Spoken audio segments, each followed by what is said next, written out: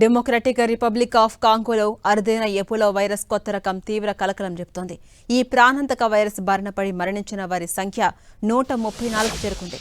దీంతో ప్రపంచ ఆరోగ్య సంస్థ ఎబోలా వైరస్ కొత్త స్ట్రెయిన్ను ఇప్పటికే పబ్లిక్ హెల్త్ ఎమర్జెన్సీగా ప్రకటించింది. కాంగో తూర్పు ప్రాంతంలో ఈ అరుదైన బుందిబుగ్యో వేరియంట్ బారిన పడి 513 మంది వైద్యం తీసుకున్నట్టుగా వైద్యులు చెబుతున్నారు.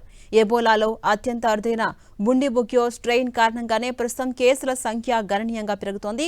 ఈ రకం కేసులో ఎక్కువగా కాంగోలో నమోదవుతున్నాయి. ఉగాండాలో ఈ రకం వైరస్ను 2007లో తొలిసారిగా, 2012లో రెండోసారి గుర్తించారు. ఈ వైరస్ సోకితే 30 నుంచి 40% మంది మరణించినట్టుగా లెక్కలు చెబుతున్నాయి. ఎబోలాలో జైర్ రకం కంటే బుండిబుగ్యో చాలా ఎక్కువ ప్రమాదకరంగా ఉంటుంది. అన్ని ఎబోలా వైరస్ రకాలు తాకడం కారణంగానే వ్యాపిస్తున్నాయి. జ్వరం, జలుబు, దగ్గు, కండరాల నొప్పి, తలనొప్పి లాంటి లక్షణాలు ఎక్కువగా ఉంటాయి. వాంతులు, విరోచనాలతో శరీరంలోని అవయవాలు దెబ్బతింటాయి. దీన్నే మల్టీ ఆర్గాన్ ఫెయిల్యూర్ అని కూడా అంటున్నారు. ఎబోలా వైరస్ లక్షణాలున్న వారు వెంటనే తగిన చికిత్సలు తీసుకోవాలని వరల్డ్ హెల్త్ ఆర్గనైజేషన్ చెబుతోంది.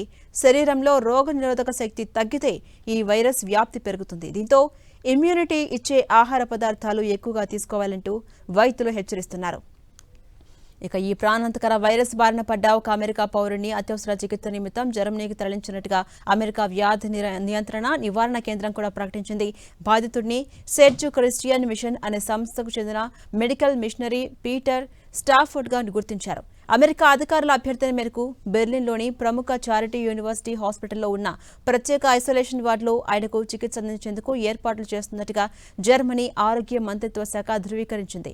అయితే అత్యంత ప్రమాదకరమైన అంటువ్యాధుల నిర్వహణలో జర్మనీకి చెందిన నిపుణుల బృందం నిరంతరం పర్యవేక్షిస్తుందని అక్కడ అధికారిక ప్రతినిధి పేర్కొన్నారు. అయితే అమెరికా విధించిన ఈ ప్రయాణ ఆంక్షలపై ఆఫ్రికా CDC తీవ్ర అసంతృప్తి వ్యక్తం చేసింది. కేవలం సరిహద్దులను మూసివేయడం వల్ల గ్లోబల్ హెల్త్ సెక్యూరిటీని సాధించలేమని, వ్యాధి మూలాలను అణచివేయడానికి అంతర్జాతీయంగా దూకుడుగా మద్దతివ్వడమే ఏకైక మార్గమని Africa CDC director general doctor Jean Kaseya అభిప్రాయపడ్డారు.